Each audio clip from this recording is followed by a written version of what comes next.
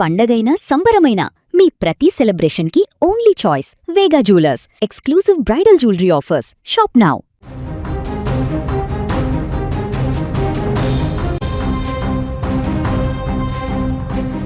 కన్న తండ్రంటే గౌరవం ఉండాలి. ప్రాణం పోసిన ఆ దేవుడు లాంటి వ్యక్తిని కంటికి రెప్పలా కాపాడుకోవాలి. కానీ కడుపున పుట్టిన పిల్లలే కసాయిలుగా మారారు. కంటి ముందు కనిపించే పెన్షన్ డబ్బుల కోసం కన్న తండ్రి ప్రాణాలను బలి తీసుకున్నారు. సమాజం తలదించుకునే ఈ అమానుష ఘటన మేడ్చల్ మల్కజ్గిరి జిల్లాలో వెలుగు చూసింది. ఈ కేసులో న్యాయస్థానం ఇచ్చిన తీర్పు ప్రస్తుతం సంచలనంగా మారింది. మల్కజ్గిరి పోలీస్ స్టేషన్ పరిధిలోని ఆర్టీసీ కాలనీలో మారుతి సుతార్ నివసించేవాడు. రైల్వే శాఖలో ఉద్యోగం చేసి రిటైర్డ్ అయ్యాడు. ఆ తర్వాత వస్తున్న పెన్షన్, ఇతర డబ్బులే ఆ కుటుంబంలో చిచ్చుపెట్టాయి. ఆ డబ్బుపై భార్య గంగాబాయి, కొడుకు కిషన్, కూతురు ప్రఫుల్లా కన్నేశారు. మారుతి సుతార్ ఆ డబ్బులను తన అవసరాలకు వాడుకోవడం వీరికి నచ్చలేదు. ఆయన్ను ఎలాగైనా అడ్డు తొలగించుకోవాలని పథకం పన్నారు. 2019లో వీరు వేసిన మాస్టర్ ప్లాన్ మనిషిని భయపెట్టేలా ఉంటుంది. ముందుగా మారుతి సుతార్ తినే ఆహారంలో మత్తుమందు కలిపారు. అది తిన్న వెంటనే ఆయన స్పృహ తప్పి పడిపోయాడు. ఇంకేముంది, ఆ దుర్మార్గులు తమ కిరాతకానానికి ఒడిగట్టారు. ఆయన్ను అత్యంత క్రూరంగా హత్య చేశారు.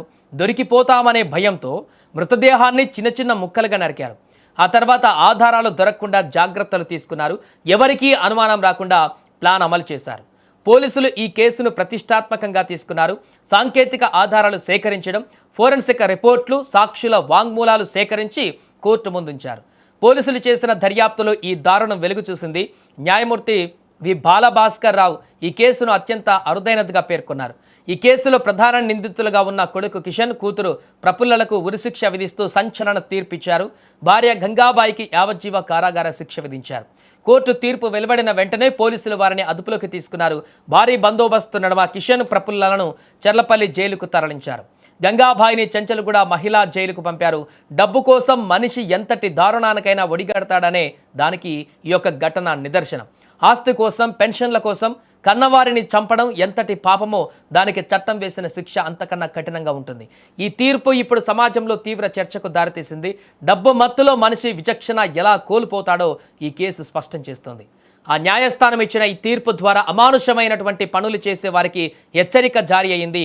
సమాజంలో ఇటువంటి ఘటనలు జరగకూడదని ప్రతి ఒక్కరూ కోరుకుంటున్నారు. చట్టం తన ధర్మాన్ని నెరవేర్చింది. ఏదేమైనా ఈ మధ్య కాలంలో జరుగుతున్నటువంటి అనేక ఘటనలు సభ్య సమాజంలో తలదించుకునేటువంటి విధంగా మారుతున్నాయి.